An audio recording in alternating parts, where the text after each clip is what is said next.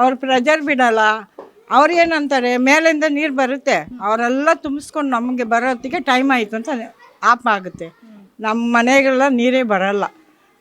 ತುಂಬಿಸೋರು ತುಂಬಿಸ್ಕೊತಾರೆ, ಮುಂದೆ ಎಲ್ಲ ಅಲ್ಲಿಂದ ಬರೋತ್ತಿಗೆ ಇಲ್ಲಿ ನೀರು ಆಫ್ ಆಗುತ್ತೆ.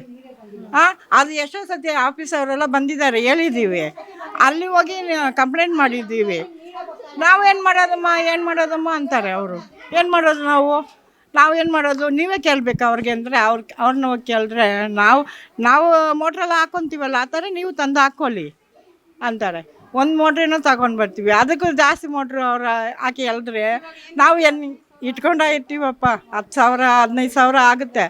ನೀರು ಬಂದಿಲ್ಲ ಅಂದರೆ ಅವ್ರು ಹೆಂಗನ ಹಂಗೆ ಹಾಕಿ ಎಳ್ಕೊತಾರೆ. ಕಾನೂನು ಇರೋರು ಅವ್ರ ತಾನೇ ಬಂದು ಕೇಳಬೇಕು. ನಾವು ಕೇಳಿದ್ರೆ ಜಗಳ ಬರುತ್ತೆ ಇಲ್ಲಿ. ಆ ಥರ ಎಲ್ಲ ಆಗುತ್ತೆ. ಮಾಮೂಲಿ ಅವ್ರಿಗೆ ಬರೋದು ನೀರು ಬಂದೇ ಬರುತ್ತೆ. ನಮಗೆ ಇಲ್ದಿರೋ ಇರೋದು ನಾವೇ. 7 ತಿಂಗಳು 8 ತಿಂಗಳು ಬಂದಿಲ್ಲ ಅಂದ್ರೂ ಯಾರು ಇಲ್ಲಿ ಪಕ್ಕ ಇದು ಮಾಡಲ್ಲ. ಅಯ್ಯೋ ಅವ್ರು ಬಂದಿಲ್ಲಲ್ಲ, ಬಿಡೋಣ, ಸ್ವಲ್ಪ ಹಿಡ್ಕೊಂಡು ಬಿಡೋಣ ಅನ್ನೋದೇ ಇಲ್ಲ. ತೊಟ್ಟಿಗಳು ದೊಡ್ಡದು ಕಾನೂನು ಇರೋರೇ ಬಂದು ಅದು ಕೇಳಬೇಕಲ್ಲಪ್ಪ. ನಾವು ಬಂದು ಕೇಳಿದ್ರೆ ಜಗಳ ಮಾಡ್ತಾರೆ. ನಿಮಗೆ ಹೋಗ್ತಿಲ್ಲ, ತಂದು ಇಟ್ಕೊಳ್ಳಿ ನೀವು, ನಮಗೆ ಹೋಗ್ತಾ ಐತೆ ನಾವು ತಂದು ಇಟ್ಕೊತೀವಿ ಹಂಗೆ ಅಂತಾರೆ. ನಾವು ಇಲ್ದಿರೋರು ಏನು ಮಾಡೋದು? ಆ ಥರ ಪರಿಸ್ಥಿತಿ ಆಗ್ಬಿಟ್ಟೈತಮ್ಮ ಇಲ್ಲಿ.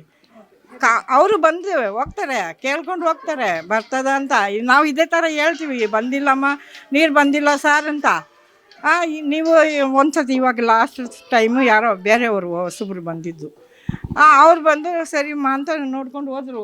ಒಂದು ತಿಂಗಳಾಯ್ತು ಅವ್ರು ಬಂದು, ಅವರು ಏನು ಮಾಡಿಲ್ಲ.